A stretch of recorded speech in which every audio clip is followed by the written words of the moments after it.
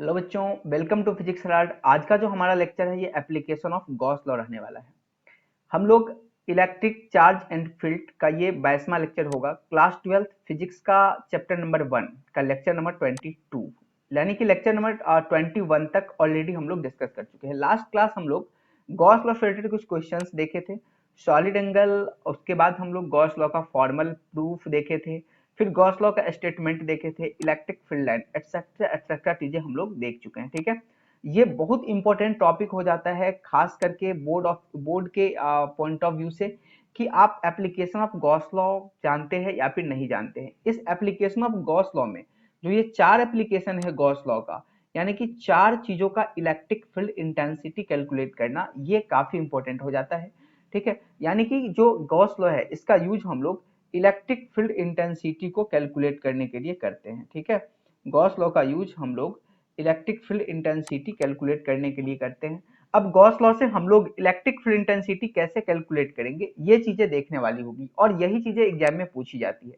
तो Gauss law में सबसे पहला जो हम लोग इलेक्ट्रिक फील्ड इंटेंसिटी कैलकुलेट करेंगे, ये hollow spherical uniformly charge surface की वजह से करेंगे। यानी कि ये कैसा होगा, तो आप देखेंगे कि अगर आपके पास कोई स्फेयर है, ये हॉलो है और इसके ऊपर में सरफेस पर क्या है, पूरा का पूरा यहाँ पर चार्ज भरा हुआ है, यूनिफॉर्मली डिस्ट्रीब्यूटेड है, तो ये क्या करेगा, अपने चारों तरफ सराउंडिंग में अपना इलेक्ट्रिक फील्ड प्रोड्यूस करेगा। और इलेक्ट्रिक फील्ड जब प्रोड्यूस करेगा तो वहां पर इलेक्ट्रिक फील्ड इंटेंसिटी होगा ही होगा।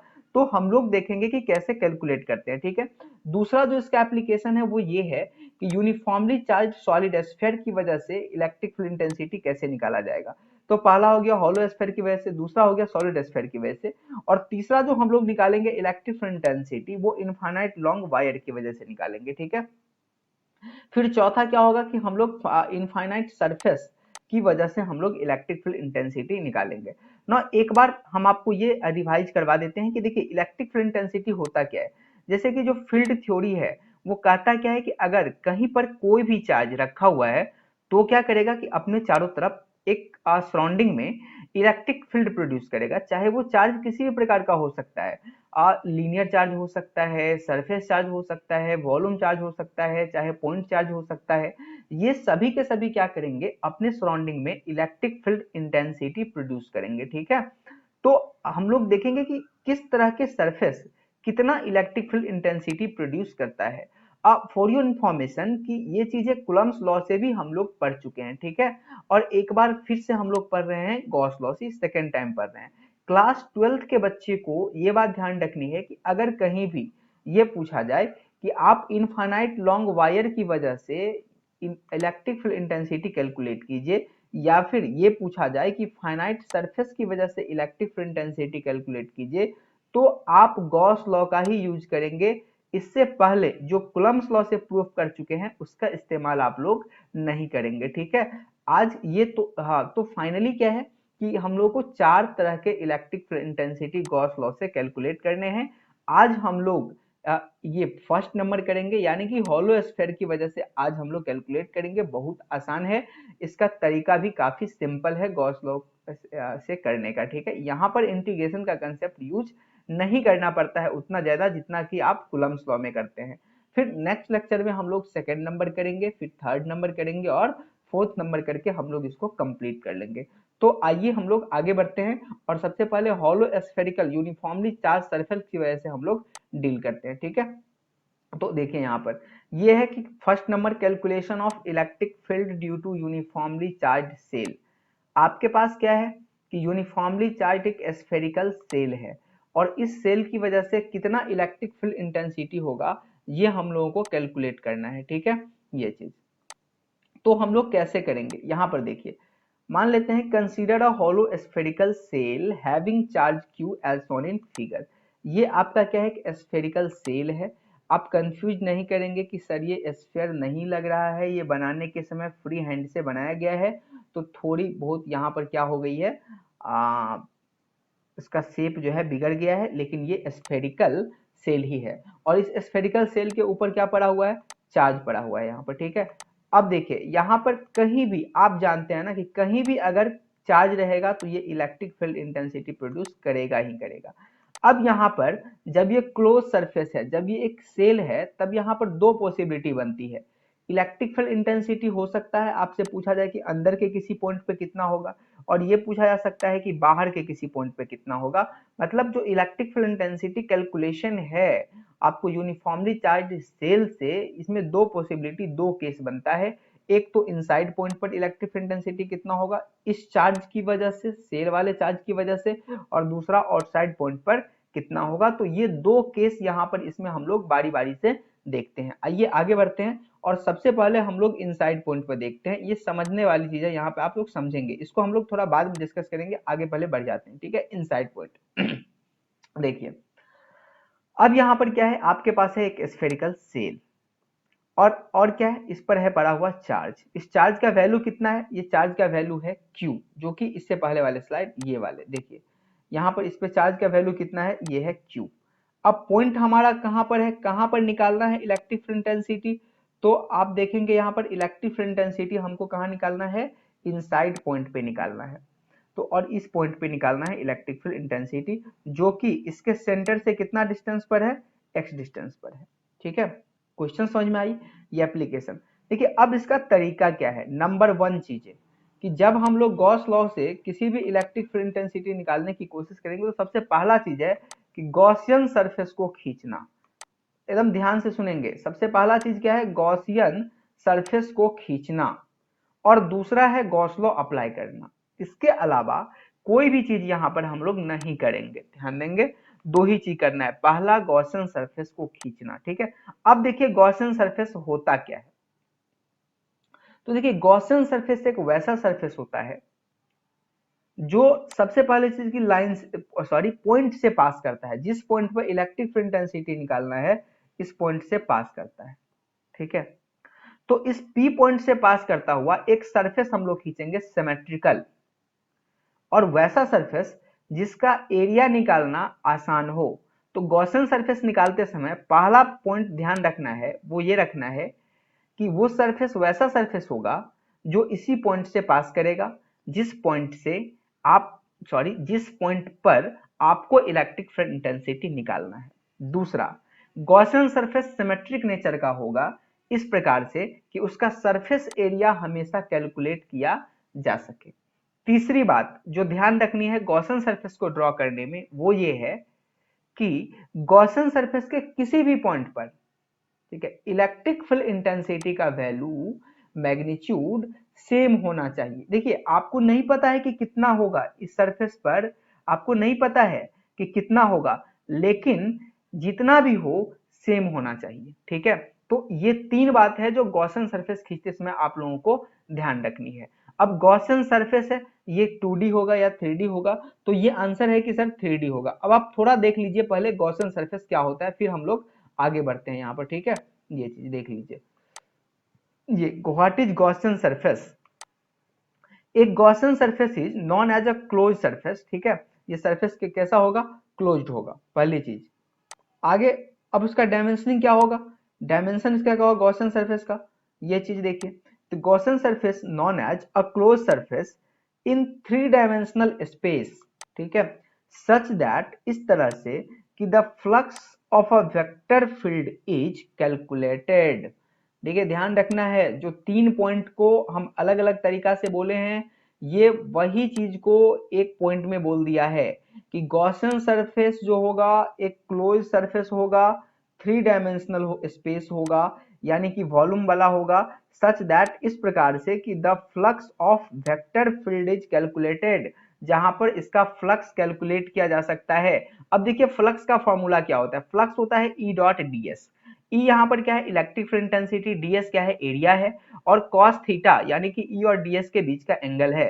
तो अगर ये कह रहा है कि उसका फ्लक्स कैलकुलेट किया जा सकता है, इसका मतलब है कि आप ई को भी पता है, आपको ई के बारे में भी पता है, साथ ही साथ ds के बारे में भी आपको पता है। अगर नहीं पता रहेगा तो आप कैसे निकालेंगे, और साथ ही साथ आपको cos थीटा के बारे में भी पता है। तो इस तरीका से गॉसियन सरफेस खींचा जाना चाहिए।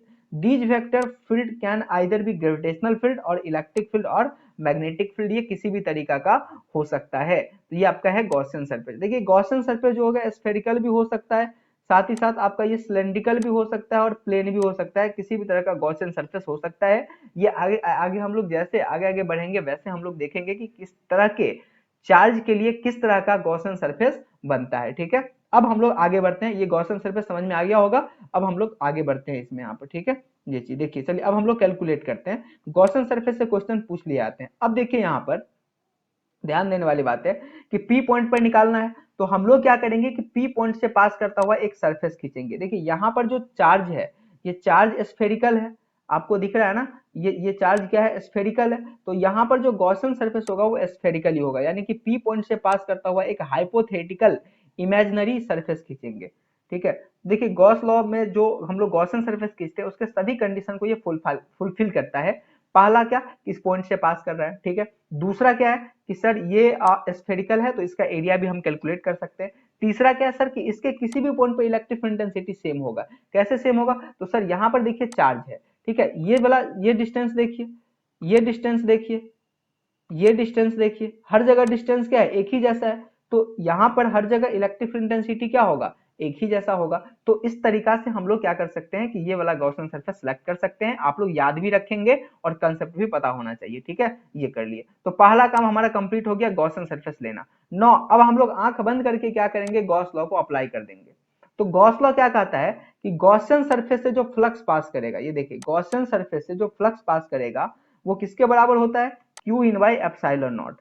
किसी भी क्लोज सरफेस से, किसी भी, गॉस लॉ कहता है कि किसी भी क्लोज सरफेस से जो फ्लक्स पास करता है ये इक्वल होता है Q in by epsilon not. तो गॉसियन सरफेस भी तो क्लोज सरफेस है, अभी हम लोग देखे थे, तो यहाँ पर क्या हो जाएगा, Q in by epsilon not. ये चलिए, ये गॉसियन सरफेस पे। ठीक है, अब देखिए फ्लक्स क्या होता है, ई डॉट डीएस का इंटीग्रेशन, ई डॉट डीएस क्या होता है, छोटे से सरफेस के लिए, छोटे से आपको सरफेस एरिया के लिए, डीएस के लिए, और अगर ई डॉट डीएस को इंटीग्रेट कर देते हैं टोटल इस गॉसियन सरफेस पर, ये टोटल के टोटल सरफेस पर अगर आप कर देंगे तो क्या निकल जाएगा, फ्लक्स निकल जाएगा। ठीक है, अब यहाँ पर देखिए हम मान लिए हैं कि पी पॉइंट पर इलेक्ट्रिक फील्ड इंटेंसिटी कितना है, ई के बराबर है, क्योंकि पी पॉइंट ही क्या है, गॉसियन सरफेस का पॉइंट है, ये चीज है। ठीक है, अब इसको इंटीग्रेट कर देंगे पूरे के पूरे क्लोज सरफेस पर, इस तरह का नोटेशन दे देंगे इसको। ठीक है, अब देखिए E D S cos zero कैसे आ गया, ई डॉट डी एस किसके बराबर होता है, E D S cos theta के बराबर।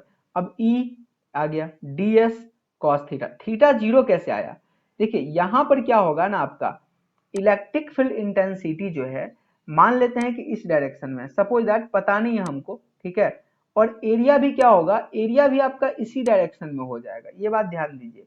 अगर मान लेते हैं कि इलेक्ट्रिक फील्ड इस डायरेक्शन में है तो इसका एरिया भी इसी डायरेक्शन में हो जाएगा। ठीक है, तो इसीलिए इसके बीच में एंगल कितना है, ये 0 डिग्री आ गया। ठीक है, ये, और देखिए अब यहाँ पर इस साइड थोड़ा बढ़ते, Q in by epsilon not, यहाँ पर क्यू इन का क्या मतलब है कि गॉसियन सरफेस के अंदर कितना चार्ज है।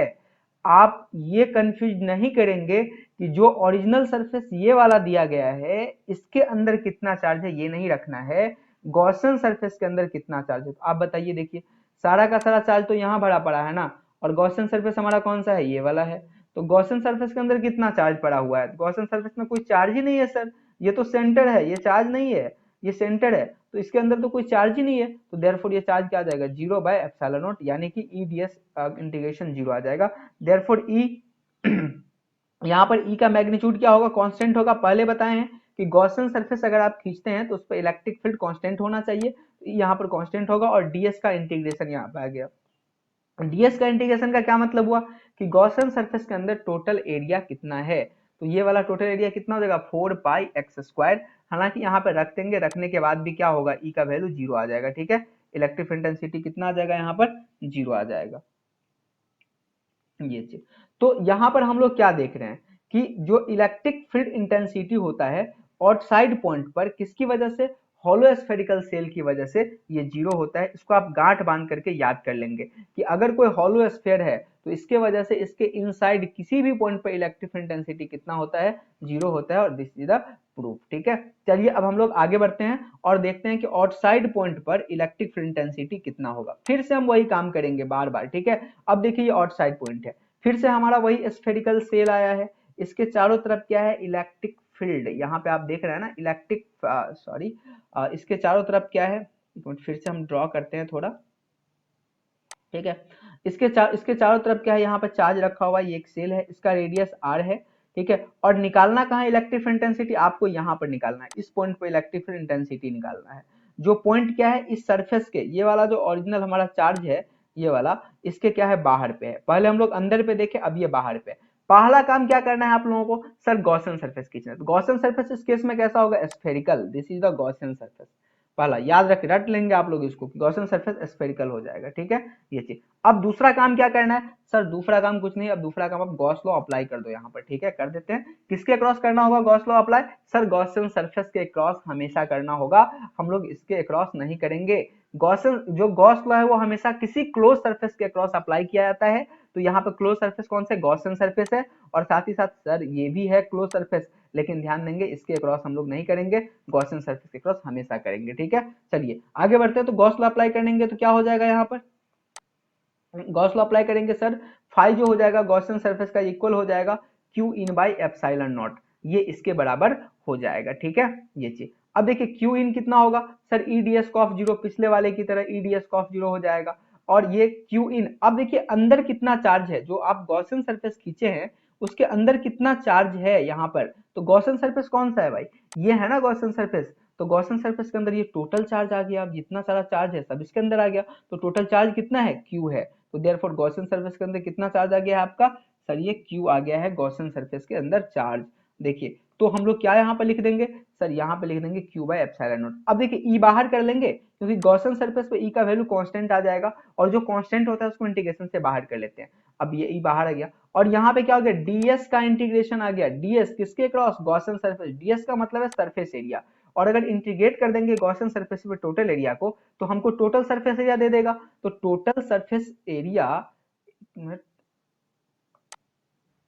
हाँ ये जो टोटल सरफेस एरिया है गॉसियन सरफेस का वो कितना हो जाएगा, आप यहां पर देखिए गॉसियन सरफेस कौन सा है, ये गॉसियन सरफेस, ये वाला है गॉसियन सरफेस आपका। तो इसका टोटल सरफेस एरिया कितना हो जाएगा, 4π x², ये आर स्क्वायर नहीं, ये एक्स स्क्वायर कितना दूरी पर है ये वाला, तो 4π x², यहाँ से आपका हो जाएगा टोटल सरफेस एरिया, ठीक है ये चीज। तो 4π x², यानी कि E इक्वल टू अब कितना आ गया, क्यू बाय एप्सिलॉन नॉट, और ये इधर चले जाएगा तो कितना हो जाएगा, क्यू बाय 4π∼x², यानी कि ये इलेक्ट्रिक फील्ड इंटेंसिटी होता है किसी भी जो हॉलो स्फीयर है उसकी वजह से आउटसाइड पॉइंट पर, यानी कि E क्या है, इनवर्सली प्रोपोर्शनल है x के स्क्वायर का, ठीक है ये चीज।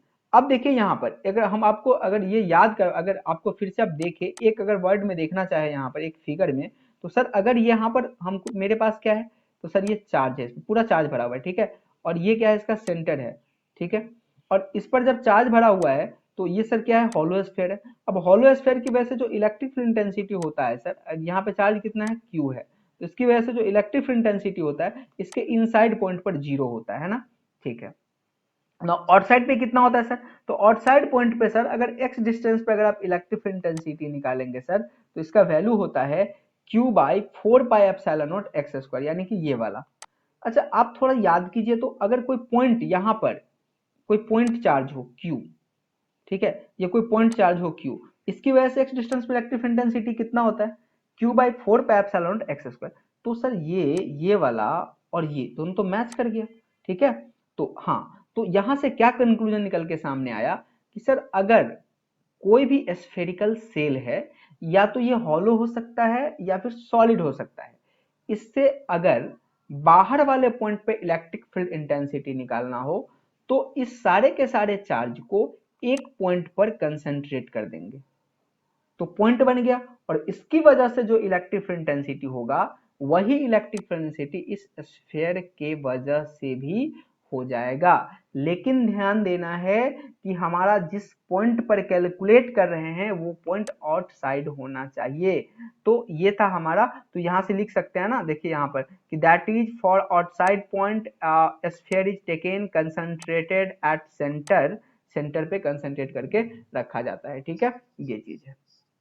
तो ये था हमारा आज का टोटल डिस्कशन। एक और चीज जो आप ग्राफ खींच सकते हैं यहाँ पर, ठीक है, ग्राफ कैसे खींचेंगे, तो देखिए यहाँ पर ग्राफ खींचने के लिए हम लोगों को क्या करना है कि सबसे पहले इलेक्ट्रिक फील्ड और आर के बीच, चलिए हम लोग क्या कर रहे हैं, ग्राफ नहीं खींच के आपके लिए होमवर्क छोड़ दे रहे हैं कि जो हॉलो स्फीयर है इसकी वजह से इलेक्ट्रिक फील्ड इंटेंसिटी और डिस्टेंस के बीच का ग्राफ खींचना है। जो अगला लेक्चर लेके आएंगे सबसे पहले हम ग्राफ ही आपको बताएंगे, लेकिन आपको थोड़ा दिमाग लगाना है। अब ये 21-22 लेक्चर पढ़ाने के बाद अगर आप इतना नहीं कर पाएंगे, आप हेल्प भी ले सकते हैं बुक का। आपके पास एनसीईआरटी बुक्स होंगे, कई बुक्स होंगे, उसका आप हेल्प भी ले सकते हैं और उसका ग्राफ खींच सकते हैं। ठीक है, बहुत इंपॉर्टेंट है ये चैप्टर, आप लोग अच्छे से इनको कवर करेंगे। आपको अगर किसी भी तरह की कोई डाउट है तब आप मुझे कमेंट करके बता सकते हैं, या फिर आप मुझे व्हाट्सएप पे मैसेज भी कर सकते हैं। ठीक है, आज के लिए इतना ही। अगले लेक्चर में हम लोग मिलेंगे सॉलिड स्फीयर की वजह से इलेक्ट्रिक फील्ड इंटेंसिटी कैसे निकालते हैं। चीजें वही रहेंगी, बार बार रिपीट होंगी। गॉस लॉ, गॉसियन सरफेस, आप इसको नोट्स जरूर कर लें।